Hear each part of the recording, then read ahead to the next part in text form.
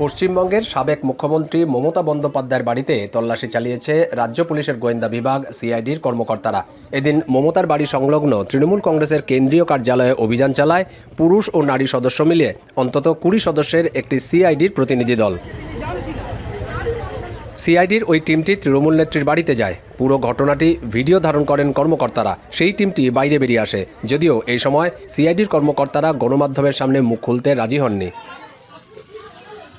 বর্তমানে মমতা এবং তার ভাইপো অভিষেক বন্দ্যোপাধ্যায় কেউই কলকাতায় নেই, তারা দুজনেই দিল্লিতে অবস্থান করছেন। আপাতত ওই দলীয় কার্যালয় সামলাচ্ছেন দলের সাবেক সাংসদ শুভাশিস চক্রবর্তী। তিনি সিআইডির প্রতিনিধি দলের সাথে কথা বলেন। প্রথমে এই দলকে ভিতরে প্রবেশ করতে বাধা দেওয়া হলেও পরে সার্চ ওয়ারেন্ট দেখিয়ে সিআইডির টিম কার্যালয়ের ভিতরে প্রবেশ করে। সিআইডির কর্মকর্তাদের সাথে ছিলেন কলকাতা পুলিশের সদস্যরাও। মূলত বিধানসভায় সই জালিয়াতি মামলার তদন্ত করতে সিআইডির কর্মকর্তারা মমতার বাড়ি সংলগ্ন তৃণমূলের দলীয় কার্যালয়ে আসেন। এই ঠিকানা থেকে বিধানসভার স্পিকারকে একাধিক বিধায়কের সই জালিয়াতি করে চিঠি লেখা হয় বলে অভিযোগ উঠেছে।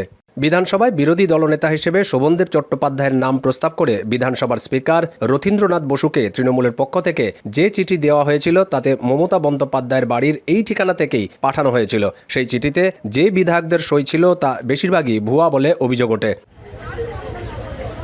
এরপরই এই বিষয়টি নিয়ে শেক্সপিয়ার থানায় মামলা দায়ের করা হয়। তদন্তে নামে সিআইডি। এমনকি সে সময় অনেক বিধায়কই জানান তারা সেই চিঠিতে স্বাক্ষরই করেননি। দীপক দেবনাথ, এখন, কলকাতা।